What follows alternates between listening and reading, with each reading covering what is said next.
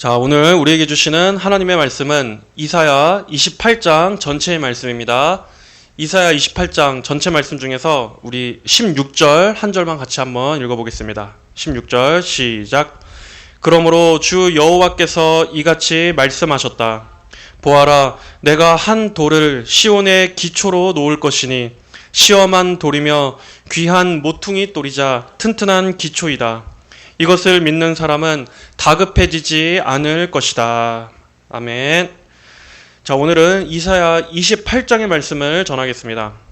자, 우리가 지난 시간까지는 이사야 24장부터 27장까지 이어지는 이사야서의 소묵시록이라고 하는 장들을 살펴봤었습니다.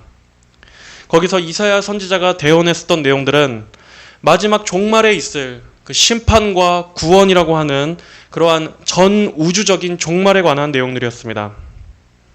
이제 오늘 시작되는 이 28장부터는 다시 이사야 선지자가 지금 현재 대언하고 있는 이 당시의 시대적 정황을 배경으로 합니다.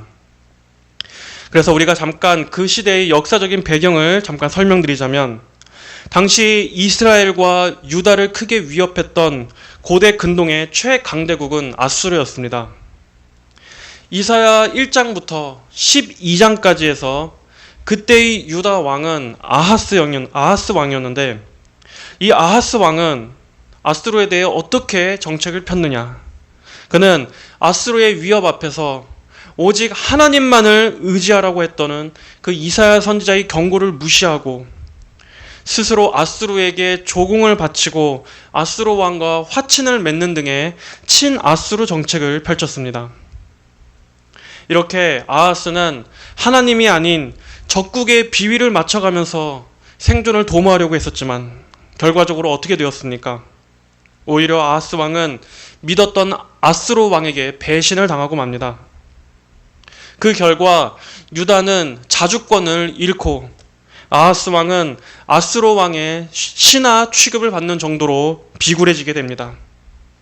그리고 이제 오늘 28장에서는 그 아하스 왕의 아들 히스기야 왕의 시대를 배경으로 하고 있습니다. 히스기야 왕은 어리석었던 그 아하스 왕과는 달리 유다 역사에서 신실한 선왕으로 알려져 있습니다. 히스기야는 아버지 아하스 왕이 친아수르 정책을 펼쳤던 것과는 정반대의 정책을 펼칩니다. 히스기야는 다른 주변국들과 연합해서 반아수르 동맹을 맺은 것입니다. 그리고 아하스 왕이 아수르 왕에게 붙어서 생존하려고 했었다면 히스기야는 애굽을 의지해서 국가의 생존을 도모하려고 했었습니다. 이런 상황에서 이사야 선지자가 볼 때는 아하스 왕이나 히스기야 왕이나 별 차이가 없어 보였습니다. 둘 다 똑같은 잘못을 저지르고 있는 것처럼 보였습니다. 적국에게 의지해서 어떻게든 살아보려고 발버둥치는 것이나 또 아수르에게 대항하기 위해서 국가적인 외교 전선을 구축해서 그 동맹, 그 힘을 의지하는 것이나 선지자가 보기에는 둘 다 똑같이 하나님을 의지하지 않는 행동으로 보였던 것입니다. 그래서 이사야 선지자는 오직 하나님만을 바라볼 것을 촉구하고 있습니다. 남유다가 살 수 있는 길은 격변하는 국제 정세 속에서 어떤 국가적인 힘이나 국가들 간의 연맹이나 정치적, 외교적 수단이나 또 그들 자신의 지혜보다도 가장 먼저 역사의 주관자이자 하나님께서 하나님의 백성들을 지키신다고 하는 바로 그러한 하나님에 대한 믿음, 하나님을 신뢰하는 것만이 가장 소망 있고 안전한 길이라는 것을 선지자는 선포하고 있습니다. 그것만이 유다가 살아남을 수 있는 가장 지혜로운 길이었습니다. 그래서 오늘 28장의 내용은 그러한 남유다 사람들에게 먼저 북이스라엘의 멸망, 즉 북이스라엘의 사마리아 성의 멸망을 보여주면서 북이스라엘이 비록 같은 하나님의 선민이었지만 그들이 하나님의 말씀을 듣지 않고 교만하다가 어떻게 패망하게 되었는지를 보여주고 있습니다. 북이스라엘이 어떻게 적국에게 멸망하게 되었느냐, 하나님의 말씀을 무시했다가 그들이 어떻게 망하게 되었느냐. 너희 유다는 북이스라엘의 멸망을 보고 깨달으라.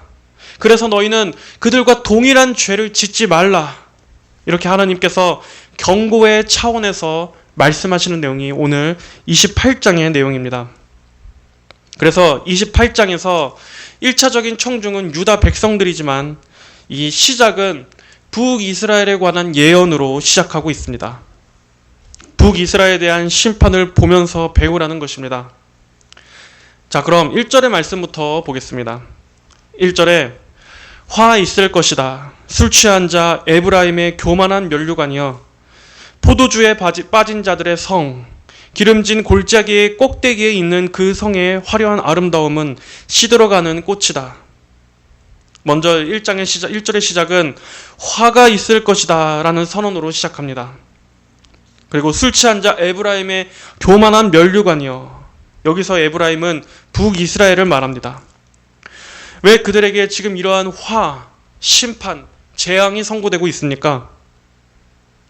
술 취한 자 에브라임의 교만한 면류관이여 포도주에 빠진 자들의 성, 마치 그들이 술에 취한 자와 같이 방탕했기 때문이었습니다. 자, 여기서 이 술 취함은 문자적으로 그들이 실제로 술에 취하고 또 쾌락과 방탕에 젖어 있었다는 뜻도 있지만, 중요한 것은 그만큼 그들이 지금 영적으로 취해 잠들어 있었다는 점입니다. 그들이 술 취한 자처럼 이리 비틀거리고 저리 비틀거리면서 어둠 속을 더듬거리며 하나님의 말씀에 대한 영적인 분별력과 판단력을 완전히 잃어버린 상태라는 것입니다. 그래서 하나님의 말씀이 그들의 심령에 도통 먹혀 들어가지를 않았던 것입니다. 하나님께서는 그들을 교만한 면류관이라 칭하십니다. 그리고 또 기름진 골짜기 꼭대기에 있는 그 성의 화려한 아름다움이라 말씀하셨습니다. 이것은 어떠한 표현입니까? 북이스라엘의 수도 사마리아에 있는 그 사마리아 성읍은 그 위치가 아주 비옥한 땅에 있으면서도 또 아름다운 골짜기 언덕 위에 있었습니다. 그래서 멀리서 보면 마치 그 언덕 위에 있는 성읍이 이렇게 머리 위에 얹어놓은 면류관처럼 그렇게 아주 아름다운 모습으로 보이는 곳이었습니다. 하지만 그렇게 아름다운 사마리아가 하나님을 떠나고 말씀을 떠나고 믿음에서 떠나자 어떻게 되었다고 말씀합니까? 시들어가는 꽃이 되었다는 겁니다. 아무리 기름진 골짜기 위에 있는 화려하고 아름다운 면류관 같다 할지라도 그들이 하나님을 떠나서 스스로 교만해지고 방탕해지고 죄에 젖어 있으니까 하나님께서 보시기에 그들의 실상이 어떻게 보입니까? 이제는 시들어 말라가는 아주 볼품없고 비참해졌다는 뜻입니다. 그들이 하나님 안에 있었을 때는 아름답고 순결했지만 그들이 하나님을 떠나서 우상 숭배에 빠지고 이렇게 하나님을 잊어버리자 이제 그들의 꽃 같은 영광은 한순간에 사라져버리고 영적인 혼미함만 찾아왔습니다. 그리고 마침내 그 꽃은 시들어서 죽고 떨어지게 될 일만 남았습니다. 하나님께서 그들에게 어떠한 심판을 내리십니까? 보아라, 주께 속한 강하고 힘있는 자가 쏟아지는 우박과 파괴하는 폭풍처럼 넘치는 홍수처럼 손으로 그 면류관을 땅에 던질 것이니, 주께 속한 강하고 힘있는 자란 아수르를 말합니다. 하나님께서는 이 세상의 압제자들, 악인들을 들어서 하나님의 백성들을 징계하시는 도구로 얼마든지 사용하실 수 있습니다. 하나님의 선민이라 할지라도 그들이 하나님을 떠나서 정신을 못 차릴 땐 하나님께서는 이런 식으로라도 얼마든지 징계를 가하실 수가 있는 것입니다. 물론 북이스라엘과 유다는 같은 하나님의 선민이기는 하지만 이 둘이 완전히 같지는 않습니다. 왜냐하면 유다에 비해서 북이스라엘은 여호와 하나님에 대한 신앙을 거의 잃어버렸기 때문이었습니다. 북이스라엘은 유다에 비교해 볼 때 우상숭배도 훨씬 심했고 또 그들은 다윗의 정통성에서도 벗어나 있었습니다. 그래서 엄밀히 얘기하자면 북이스라엘은 언약 백성들의 무리에서 떨어져 나갔다고 볼 수 있습니다. 하지만 어쨌든 그들도 명분상은 하나님의 선민이었습니다. 그들에게는 하나님을 아는 지식이 없는 것이 아니었습니다. 바로 그런 그들이 이렇게 심각하게 타락했기 때문에 하나님께서 보시기에는 이방인의 죄보다 더 크게 여기셨던 것입니다. 그래서 아수르를 통해서 이렇게 혹독한 심판을 가하시기로 하십니다. 아수르는 마치 쏟아지는 우박처럼 이스라엘에 퍼부어질 것입니다. 자, 여기서 우박이란 하나님께서 애굽에게 내리신 10가지 재앙을 떠올리게 해주지 않습니까? 하나님을 모르는 이방 민족, 그 애굽 땅에 하나님께서 우박을 내리셨던 것처럼, 그리고 또 아수르의 침략을 파괴하는 폭풍에 비유하고 있습니다. 이것은 욥기에서 욥의 10 자녀들이 함께 식사를 하고 있었을 때 갑자기 큰 바람이 불어서 그 집이 무너져 욥의 자녀가 모두 죽었던 때처럼 그렇게 갑작스럽고 파괴적인 바람이, 그러한 아수르가 이스라엘을 멸망시킬 것이란 뜻입니다. 그리고 또 넘치는 홍수라고 말씀하고 있습니다. 노아의 홍수 심판 때처럼 모든 것이 다 물에 잠겨서 도무지 아무도 생존할 수 없었던 바로 그러한 가혹한 심판처럼 하나님께서 아수르를 통해 북이스라엘을 심판하시겠다는 겁니다. 이것이 지금 누구를 향해 하신 말씀입니까? 하나님을 모르는 이방 민족입니까? 북이스라엘을 향해서 하신 말씀이었습니다. 어떻게 하나님께서 하나님의 선민, 하나님의 택하신 백성이라고 할 수 있는 그 이스라엘 민족에게 이러한 일을 행하실 수 있겠습니까? 하지만 하나님께서는 그렇게 하십니다. 하나님께서 변덕스러우셔서가 아닙니다. 하나님께서는 의로우신 하나님이시기 때문입니다. 백성들의 부정을 그저 그대로 가만히 놔두시는 분이 아니시기 때문입니다. 그 면류관을 땅에 던질 것이니 이 심판의 주체자는 하나님이십니다. 하나님께서 그 일을 시작하시고 하나님께서 택한 민족의 그 영광의 면류관을 이제는 방탕해서 교만해져 버리고 쇠약해진 그 면류관을 하나님께서 직접 땅에 내 던져버리실 것입니다. 술 취한 자 에브라임의 교만한 면류관이 발에 짓밟힐 것이다. 여러분, 아무리 화려한 영광도 하나님께서 함께 하시지 않는다면 한순간입니다. 다 한순간에 사라지는 것입니다. 아무리 인생이 잠깐은 반짝인다 할지라도 결국에 하나님께서 함께 하시지 않는 인생은 다 시들어가는 꽃입니다. 사람은 결코 하나님 없이 혼자 빛나도록 지음받지 않았습니다. 인간은 본래부터 그렇게 살라고 지음받은 존재가 아닙니다. 오히려 사람이 하나님을 떠나서 자기의 영광을 추구하면 하려 할수록 아무리 부와 명예, 성공, 야망, 권력, 또 출세, 욕망을 추구한다 할지라도 하나님이 없다면 인간에게 가져오는 것은 어떤 것뿐입니까? 오히려 허무뿐입니다. 공허해질 뿐입니다. 하나님이 없다면 나중에는 다 의미가 없습니다.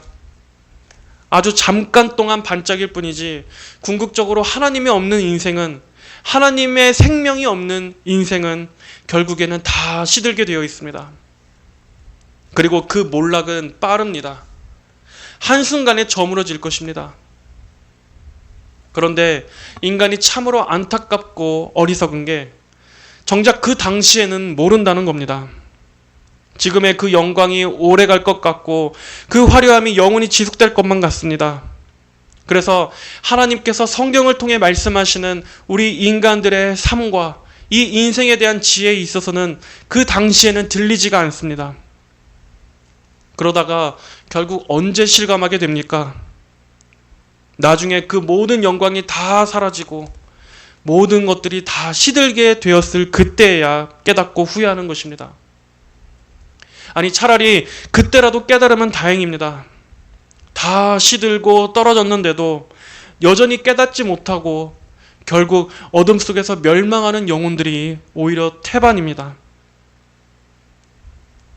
기름진 골짜기 위에 있는 화려하고 아름다움이 시들어가는 그 꽃은 여름이 오기 전 처음 익은 열매 같아서 그것을 쳐다본 자가 그것을 보고 얼른 따서 먹을 것이다.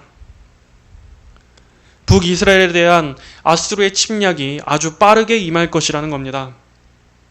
아직 제대로 완전히 익지도 않은 그 열매를 급히 따먹듯이 그들의 몰락이 아주 빠르고 신속할 것이다. 실제로 북이스라엘은 3년 만에 아수르에 의해 완전히 멸망합니다. 초토화되고 맙니다.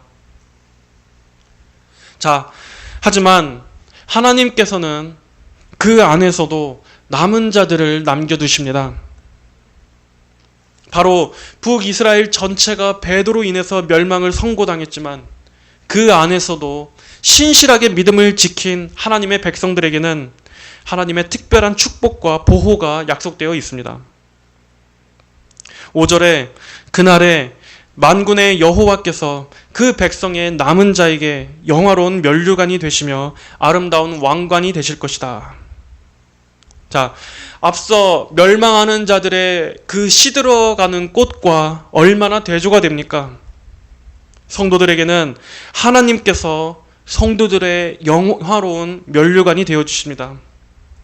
하나님께서 그들의 왕관이 되어주신다는 것입니다.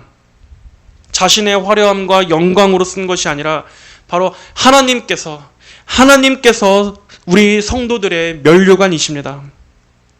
이것이 성도들의 자부심이고 자랑입니다. 시편 28편 8절에서는 여호와는 그 백성의 힘이시며 그분의 기름 부음 받은 자에게 구원의 요새이시다 말씀하셨습니다. 이 세상의 많은 사람들은 자신의 영광을 자기의 면류관으로 삼지만 하나님을 나의 면류관으로 삼는 사람만이 진정으로 복된 것입니다. 그러한 삶이야말로 하나님의 은혜의 삶입니다. 성도 여러분들은 하나님께서 여러분의 면류관이십니까? 면류관이 무엇입니까? 왕들이 머리에 쓰는 이런 왕관입니다. 우리는 나의 영광으로 내 머리에 스스로 관을 쓰는 것이 아니라 하나님께서 나의 하나님이 되시고 또 내가 하나님의 소유라고 하는 이것이 우리의 정체성이고 우리의 힘이고 우리의 자랑이고 우리의 왕관이어야 합니다.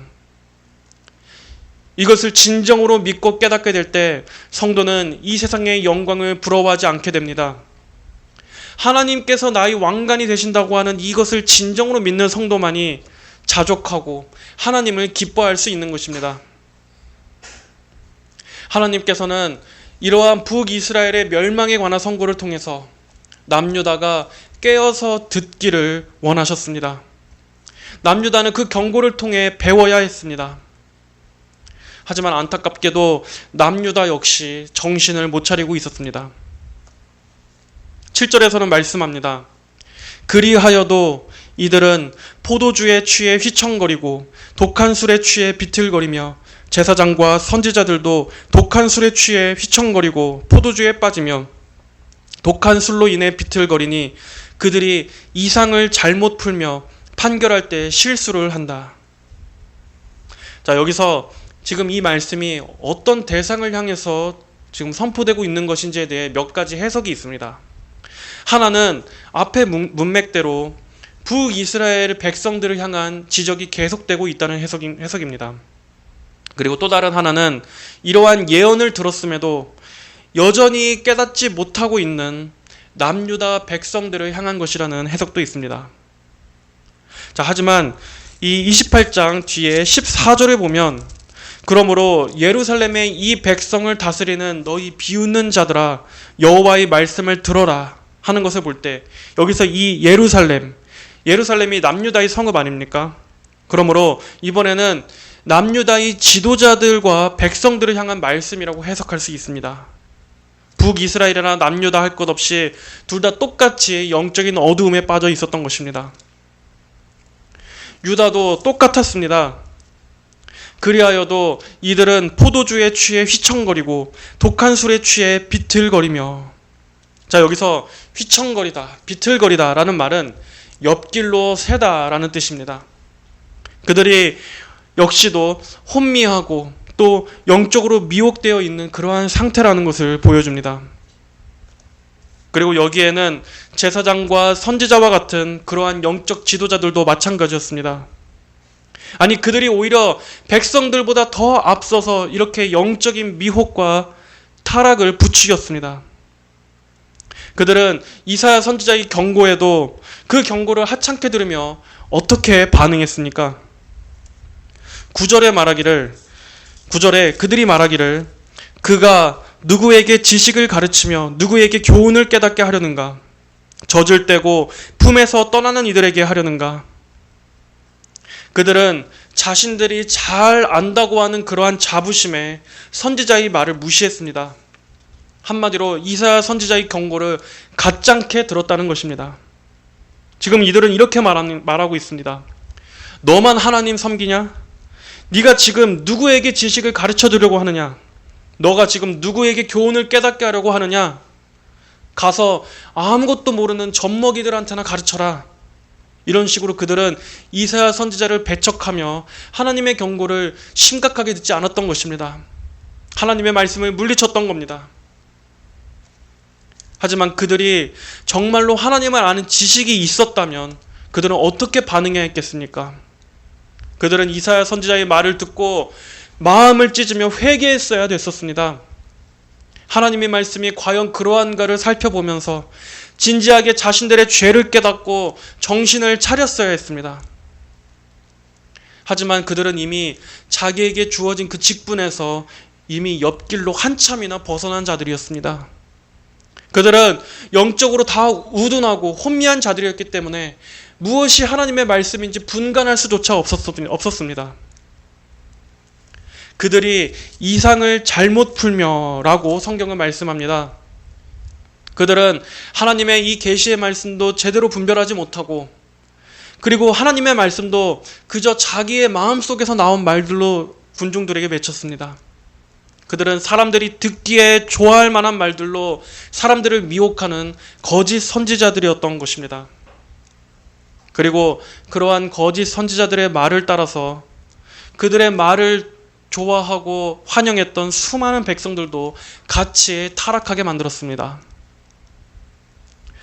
이 제사장과 선지자의 직분이라고 하는 것은 가장 중요한 것은 무엇입니까? 백성들에게 하나님의 뜻을 바르게 가르치고 그들을 하나님께 대한 바른 신앙으로 이끄는 것이 이들의 가장 중요한 첫 번째 직무였습니다. 하지만 그러한 자들은 점점 사라지고 대신 수많은 거짓 선지자들이 다수를 차지하게 되자 그리고 그들이 선두에 서서 하나님의 말씀을 왜곡하는 그러한 풍조가 주류가 되자 그에 따라 당연히 백성들도 우매해지고 다 함께 국가 전체가 배도의 길로 가게 된 것입니다. 그리고 이러한 일들은 이미 이때만이 아니라 이때부터 지금까지도 계속 되어 오는 일들입니다. 계속 반복되어 오는 일들입니다. 언제나 참된 진리의 외침은 환영을 받지 못합니다. 올바른 하나님 말씀을 추구하고 하나님의 말씀을 있는 그대로 전하자고 하면 할수록 오히려 그러한 사람은 더 극단적이고 외골수고 과격하다는 취급을 받습니다. 그 시대로부터 편협하고 사랑과 긍휼이 없다는 매도를 당합니다. 사람들은 자기가 듣고 싶어하는 메시지에만 귀를 기울입니다. 그리고 또 그런 사람들의 비위를 맞추려고 하는 수많은 가짜 거짓 선지자들, 그러한 자들이 언제나 있어 왔습니다. 이때나 지금이나 마찬가지로 하나님의 말씀은 교회 밖에서가 아니라 교회 안에서도 여전히 묵살되고 있습니다. 오늘날도 대부분의 교회 안에 있는 사람들은 사실 무엇이 진리고 무엇이 참된 하나님의 말씀인지에 대해서는 그다지 관심이 없습니다. 오히려 많은 군중들이 원하는 것은 무엇입니까? 그저 따뜻한 위로, 가슴을 포근하게 해주는 그런 감동적인 메시지, 그리고 그들로 하여금 더 힘이 나게 하는 그러한 거짓된 소망, 거짓된 안락감입니다. 그래서 그런 교인들의 눈치를 보면서 그러한 사람들이 듣기에 좋은 립서비스를 하는 그러한 말씀을 가감하는 가짜 사역자들이 넘치는 것입니다.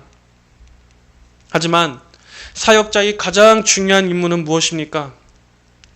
가장 먼저 그는 하나님의 말씀을 가감없이 전해야 합니다. 하나님의 말씀이 그것을 선포하면 설교자는 그저 그 말씀을 대언할 뿐입니다. 하나님의 말씀이 심판에 대해 말씀하시면 심판을 전하고, 하나님의 말씀이 지옥을 경고하면 지옥을 전해야 합니다.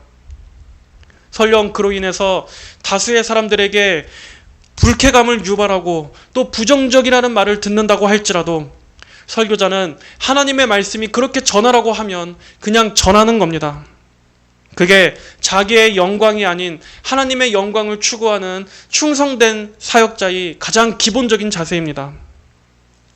그래서 사람들로 하여금 목회자의 개인적인 매력으로가 아니라 하나님께로 그 마음이 향할 수 있도록, 오직 사람들의 모든 영적인 관심을 하나님께로 향할 수 있도록, 하나님만 홀로 영광을 받으시고 하나님만 높임을 받으시도록 그렇게 이끌어야 하는 것입니다. 그리고 그걸 위해서라면 설교자 자신은 모욕과 조롱을 당한다 할지라도 그저 그대로 감수하는, 그것이 가장 기본 자세입니다. 하지만 안타깝게도 지금 시대의 목사들은 사람들을 하나님께로가 아니라, 그리스도께로가 아니라 설교자 자신의 매력으로 이끌리게 하는 것만 같아 보입니다. 그리스도의 영광과 그리스도의 성품과 하나님께서 우리에게 주신 그 구원으로 사람들을 관심을 끌려고 하는 것이 아니라 목회자 자신의 성품, 목회자 자신의 신사적이고 부드러운 매력으로 사람들의 마음을 예수님께로가 아닌 자기에게로도 뺏으려는 것처럼 보입니다. 그래서 그들의 입에는 심판이 없습니다. 그들의 입에는 지옥이 없습니다. 사람들로부터 부정적이고 비판적인 사람, 사랑 없는 사람처럼 보이기는 죽기보다 싫은 것처럼, 그래서 단 한 명의 교인도 잃고 싶어 하지 않는 것처럼 보입니다. 하지만 교인들의 눈치보다 더 의식해야 할 것은 바로 하나님의 눈입니다. 우리 사역자들은 그냥 있는 그대로 전하면 됩니다. 그것 때문에 어떠한 욕을 먹든 어떠한 오해를 받든지 간에 그것조차도 감수하고, 설교자는 그저, 주의 일을 맡은 사역자들은 그저 맡겨진 직무대로 하나님의 말씀을 가감없이 대언하는 그것만 하면 될 뿐입니다. 이사야 선지자 역시도 조롱을 당했습니다. 그래서 그들 가짜 선지자들, 거짓 선지자들은 또 어떻게 조롱합니까? 10절에 명령에 명령을 더하고 명령에 명령을 더하며 규칙에 규칙을 더하고 규칙에 규칙을 더하여 여기서도 조금 저기서도 조금이라고 말하는구나. 자, 이 말씀에 담겨있는 의미가 무엇입니까? 여기에 담겨있는 뉘앙스는 마치 우리가 어린아이를 가르칠 때, 어린아이에게 걸음마를 가르치거나 말을 가르치거나 할 때 계속해서 반복해서 말해주는 어떤 의미 없는, 그런 맥락 없는 말을 말합니다. 지금 이사야 선지자가 하는 말들이 그들에게 있어서 그러한 유치하고 또 쓸데없고 의미 없는 명령의 반복이라는 것입니다. 그래서 이제는 귀찮고 짜증난다, 듣기 싫다는 것입니다. 맨날 반복되는 저 지겹고 따분한 잔소리, 그들은 선지자의 경고를 그렇게 여겼습니다. 그러한 우매한 자들에게 하나님께서는 진노하셨습니다. 그래서 11절은 어떻게 말씀합니까? 그러므로 그분께서 더듬거리는 입술과 다른 방언으로 이 백성에게 말씀하실 것이다. 이 말씀은 아주 무서운 말씀입니다. 하나님은 지금 이렇게 말하고 계신 것입니다.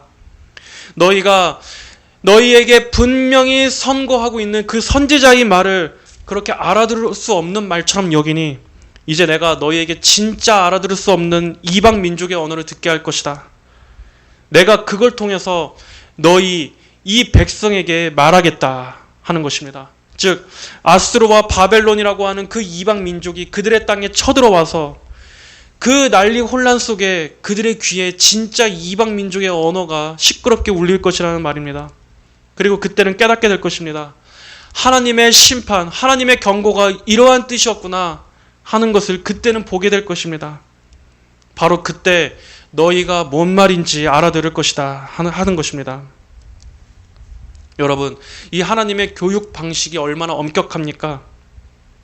하나님의 심판을 우습게 여기면 하나님께서는 그 심판을 직접 겪게 하심으로써 깨닫게 하실 것입니다.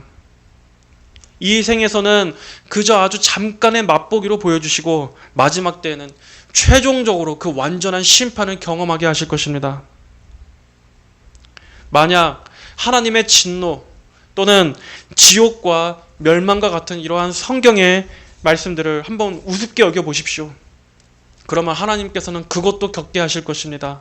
그것을 겪게 하심으로써 그것이 얼마나 무서운 것인지를 경험적으로 알게 하실 것입니다. 그래서 과연 그 말이 그들의 생전에 정말 지루하고 따분하게 여겼던 말씀처럼, 그리고 또 불쾌하고 기분 나쁘다는 이유만으로 그렇게 깊이 했던 그 말씀이었는지를 그때는 분명히 겪게 하실 것입니다. 이렇게 하나님의 말씀을 들었어야 할 때 그것을 듣지 않고 무시했던 자들에게 하나님께서는 아주 냉엄한 교육을 준비하고 계십니다. 하지만 그때는 배우고 깨닫고 돌이키게 하기 위한 교육이 아닙니다. 하나님의 위엄과 진노가 얼마나 무서운 것인지를 겪고 이제 그대로 멸망하게 되는 것뿐입니다. 더 이상의 가르침, 더 이상의 배움이 없습니다. 그때는 온 몸으로, 온 영혼으로 하나님의 이 무서운 진노, 하나님의 이 말씀이 성취되는 것을 온몸으로 겪게 될 것입니다. 자, 12절 보겠습니다. 이전에 그분이 그들에게 이것이 안식이니 지친 사람을 쉬게 하여라, 이것이 휴식이다 말씀하셨으나 그들이 들으려 하지 않았으므로. 하나님 안에는 안식이 있었습니다. 하나님 안에는 그들이 간절히 바라던 도우심과 구원과 소망이 있었습니다. 그리고 누구라도 하나님 안으로 피한다면 하나님께서 그들을 지켜주실 것이었습니다. 하지만 그들은 하나님의 그 요청에도 그 말씀을 보기 좋게 차버렸고 조롱했습니다. 그래서 13절 하반절에서는 그들이 가다가 뒤로 넘어지고 부러지며 덫에 걸리며 붙잡히게 될 것이다 말씀하셨습니다. 하나님께서 예수 그리스도라고 하는 이 복음을 통해 주시고자 하시는 그 안식을 멸시한다면 모든 인생이 다 이렇게 됩니다. 아무리 스스로 잘 뛰어간다 할지라도 결국에는 자기도 모르는 사이에 뒤로 넘어지고 또 튼튼하다고 자부했던 다리뼈를 부러뜨려 버리십니다. 그리고 자기도 모르는 사이에 덫에 걸려 넘어져 버려서 결국에는 하나님의 그 공의로운 심판의 손길에 다 붙잡히게 되는 것입니다. 그러므로 예루살렘의 이 백성을 다스리는 너희 비웃는 자들아, 여호와의 말씀을 들어라. 너희가 말하기를 우리는 죽음과 언약을 맺었고 스올과 약정하였으므로 엄청난 재앙이 닥쳐와도 우리에게 미치지 못할 것이니 우리는 거짓으로 우리의 피난처를 삼았으며 속임수로 우리가 숨었기 때문이다 하였다. 이것은 유다가 아수르에게 대항하기 위해서 하나님이 아닌 애굽과 손을 잡은 것을 하나님께서 지적하시는 것입니다. 하지만 하나님께서 보시기에 그게 과연 살 길이었습니까? 애굽과 손을 잡는다는 것은 결국 죽음과 언약을 맺는 것이고 스올, 즉 지옥과 약정하는 것입니다. 그것들은 다 거짓된 피난처일 뿐입니다. 피난처 같아 보이지만 결코 그들을 지켜줄 수 없는 속이는 것들입니다. 그런데도 마치 그것이 안전하고 그것이 살 길인 것처럼 이렇게 항상 거짓된 피난처는 이런 식으로 해서 성도들로 하여금 진짜 피난처인 하나님을 바라보지 못하도록 만듭니다. 16절은 그래서 하나님께서 말씀하십니다. 그러므로 주 여호와께서 이같이 말씀하셨다. 보아라, 내가 한 돌을 시온의 기초로 놓을 것이니 시험한 돌이며 귀한 모퉁이 돌이자 튼튼한 기초이다. 이것을 믿는 사람은 다급해지지 않을 것이다. 하나님께서 그들이 진정으로 사는 길을 알려주십니다. 그것은 바로 하나님을 의지하는 길입니다. 보아라, 내가 한 돌을 시온의 기초로 놓는다 하는 것은 하나님께서 유다 백성들의 반석이 되어주신다는 말입니다.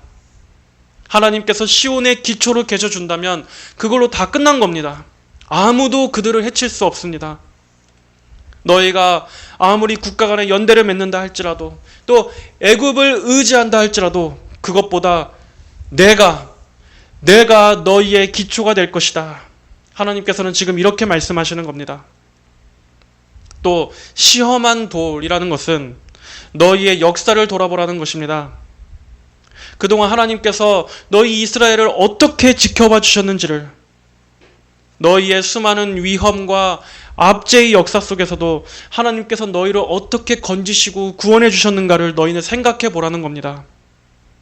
그 수많은 역사 속에서 하나님께서는 항상 신실하게 너희를 지켜오시지 않았느냐? 그럼에도 하나님께서는 단 한 번도 너희를 버리시지 않으시고 늘 하나님의 말씀대로 행하시지 않았느냐? 그렇게 그 모든 시험들을 확실하게 통과한 그 믿을 수 있는 하나님을 너희가 신뢰해야 하지 않겠느냐? 이 말씀을 하시는 겁니다. 그리고 귀한 모퉁이 돌이자 튼튼한 기초라고 말씀하셨습니다. 모퉁이 돌은 아주 중요한 돌입니다. 우리가 모퉁이 돌이라는 이 말 때문에 마치 이 모퉁이 돌을 구석에 있는 하찮은 돌처럼 생각하는 경우가 있는데, 이 모퉁이 돌은 건물의 모서리를 이렇게 받쳐주는 기둥이 되기 때문에 모퉁이 돌이 없다면 건물 자체가 세워질 수가 없습니다. 바로 무너져 버리고 맙니다. 하지만 하나님께서 친히 유다의 모퉁이 돌이 되어 주신다 말씀하십니다. 어떤 풍파에도 쓰러지지 않도록 하나님께서 그들을 지켜주실 거란 말입니다. 이와 같이 하나님께서는 하나님의 백성들의 가장 튼튼한 기초이자 기둥이 되어 주십니다. 하나님께서 함께 해주신다면 성도들은 절대적으로 그분 안에서 안전한 것입니다. 성도 여러분들은 언제나 하나님을 붙드십시오. 언제나 하나님을 가장 먼저 여러분의 삶의 중심에 모시십시오. 여러분의 모든 인생의 기초를 하나님이라는 반석으로 삼으십시오. 어떠한 위급함이나 여러분의 인생에 닥친 어려움이라 할지라도 하나님의 이 약속들을 기억하시고 하나님을 가장 먼저 붙드십시오. 이것을 믿는 사람은 다급해지지 않을 것이다 말씀하셨습니다. 하나님이 없다면 우리는 무너질 수밖에 없습니다. 하나님 외에 다른 것을 붙잡는다면 그것들은 다 거짓된 피난처일 뿐입니다. 그것들은 사망과 맺은 언약이고 지옥과 약속한 거짓된 안전에 불과합니다. 하나님께서는 오직 너희 성도들은 하나님만을 의지하라 하셨습니다. 하나님께서 우리를 지켜주시겠다는 것입니다. 우리가 지난 이사야서 26장 3절에서 우리는 이 말씀을 살펴봤습니다. 주께서 그의 마음이 주께 머무는 자를 평강의 평강으로 지키시니 이는 그가 주님을 의지하기 때문이다. 여러분, 우리는 이 말씀을 읽어보았지 않습니까? 주께서 그의 마음이 주께 머무는 자를 평강의 평강으로 지키신다고 하셨습니다. 항상 하나님께서 우리 성도들과 함께 하십니다. 그리고 하나님을 반석으로 삼으면 우리 성도들은 어떠한 상황 가운데서도 결코 휩쓸려 가지 않습니다. 성도 여러분들은 이것을 굳게 믿으시기를 바랍니다. 또한 이 한 돌은 예수님의 모형이기도 합니다. 베드로는 이 돌을 그리스도라고 말했습니다. 베드로전서 2장 6절 이하에 이는 성경에 기록되어 있으니 보아라 내가 택한 보배롭고 요긴한 모퉁이 돌을 시온에 두니 그분을 믿는 자는 결단코 부끄러움을 당하지 않을 것이다 라고 하였다. 그러므로 믿는 너희에게는 보배이나 믿지 않는 자들에게는 건축자들이 버린 그 돌이 모퉁이의 머릿돌이 되었다 하였고 또한 걸림돌과 걸려 넘어지게 하는 바위가 되었다라고 하였다. 그들은 말씀에 순종하지 않아 넘어지는데 이는 그들이 그렇게 되도록 정하여진 것이다. 그렇습니다. 마지막 심판 때에는 하나님께서 예수 그리스도를 기준으로 모든 사람들을 나누실 것입니다. 그때 사람은 일평생 자기가 무엇을 피난처로 삼아왔는지가 드러나게 될 것입니다. 그리고 결국에는 자기가 그토록 믿고 의지했던, 자기가 피난처라고 여겼던 그것들이 결국에는 아무것도 나를 지켜줄 수 없다는 사실을 깨닫게 될 것입니다. 17절 이하에 내가 정의로 줄자를 삼고 공의로 추를 삼을 것이니 우박이 거짓의 피난처를 쓸어버리고 물이 은신처에 넘칠 것이므로 사망과 맺은 너희 언약은 무효가 되고 스올과 맺은 너희 약정은 서지 못할 것이며 큰 재앙이 닥쳐올 때 너희는 그것에 짓밟힐 것이다. 그것이 지나갈 때 너희를 붙잡을 것이니 아침마다 지나가며 밤낮으로 지나갈 것이니 너희가 들은 이 소식을 깨닫는 일이 두려움이 될 것이다. 쭉 뻗기에는 침대가 짧고 덮기에는 이불이 너무 작을 것이다. 어떤 침대도 자기에게 편안함을 줄 수 없고 또 자신을 덮고 가리기에는 턱없이 부족한 이불처럼 하나님의 심판대 앞에서 그리스도의 의를 힘있는 것 외에 그 어떠한 것도 인간에게 결코 참된 평안과 의를 가져다 주지 못할 것입니다. 자, 이제 21절 이하에서는 하나님께서 하나님의 백성을 다루시는 것을, 하나님의 백성들에 대한 그분의 섭리를 농부의 비유에 빗대서 말씀하는 내용입니다. 하나님께서는 마치 농부가 씨를 뿌리기 전에 먼저 열심히 쟁기질을 해서 밭을 갈고 그리고 그 위에 씨를 뿌린 다음에 추수 때의 곡식을 걷어서 타작질을 통해 알곡을 걷어들이는 것처럼 그렇게 백성들에게 일하실 것입니다. 22절은 말씀합니다. 그러므로 너희는 비웃지 마라. 너희의 착고가 단단해질까 염려된다. 너희는 이러한 하나님의 말씀에 대해서 가볍게 여기지 말고 회개하라는 것입니다. 안 그런다면, 그렇지 않는다면 더욱더 결박이 강하게 쪼여질 것입니다. 그들은 고집을 버리고 완악함을 버리고 하나님의 섭리에 순종의 자세를 가져야 합니다. 하나님께서는 책망과 경고를 통해서 그들의 굳은 마음을 쟁기질하십니다. 그래서 굳어있는 땅에서 큰 돌들을 골라내셔서 씨가 심겨지게 하십니다. 그렇게 우리의 고집을 꺾으시고 또 여러 가지 우리 인생의 많은 일들을 통해서 우리의 교만이 깨어지도록 하시는 것입니다. 우리의 자신감이 부서지도록 하시는 것입니다.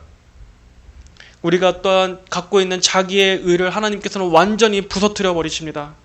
그렇게 성도들 마음 안에 있는 그러한 악한 것들을 다 골라내시고 제거하신 다음에 이제 하나님께서는 그곳에 각각 하나님께서 정해놓으신 여러 종류의 씨앗들을 뿌리십니다. 이것은 말씀의 씨를 뿌리시는 것을 말합니다. 그리고 하나님께서는 각 사람에게 맞는 다양하고 지혜로운 섭리로 성도들 한 사람 한 사람을 자라나게 하십니다. 그래서 성도들에 대한 하나님의 섭리는 개개인마다 다 다른 것입니다. 어떠한 사람에게는 하나님께서 부드럽게 인도하시기도 하지만 또 어떤 사람은 하나님께서 여러 번 누차 사인을 주셨음에도 불구하고 그가 여전히 강팍하고 어리석다면 하나님께서는 더 세게 다루실 때도 있습니다.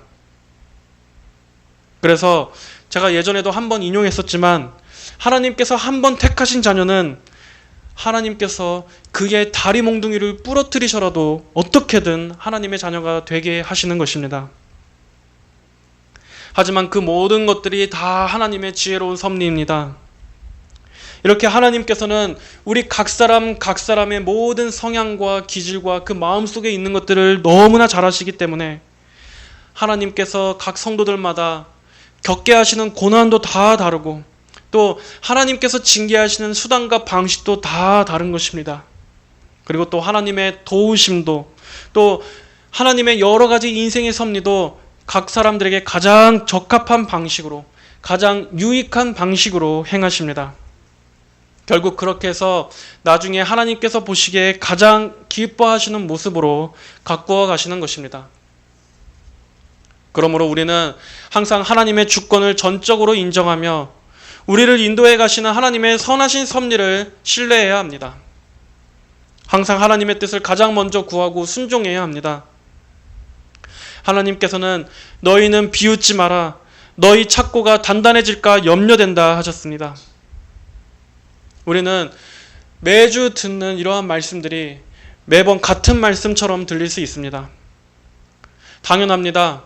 하나님의 뜻은 어떤 새롭고 신선한 것이 아니라 언제나 같은 말씀이기 때문입니다. 너희는 항상 하나님만을 신뢰하고 그리스도 안에 있으라 하는 이것이 하나님의 말씀의 핵심 아닙니까? 하지만 우리가 이걸 몰라서 넘어지는 게 아닙니다. 우리는 알면서도 넘어집니다. 맨날 들어도 넘어집니다. 그렇기에 더더욱 하나님의 은혜가 절실히 필요하다는 것을 깨달으면서 그렇게 하나님을 의지하며 날마다의 삶을 살아가는 것입니다.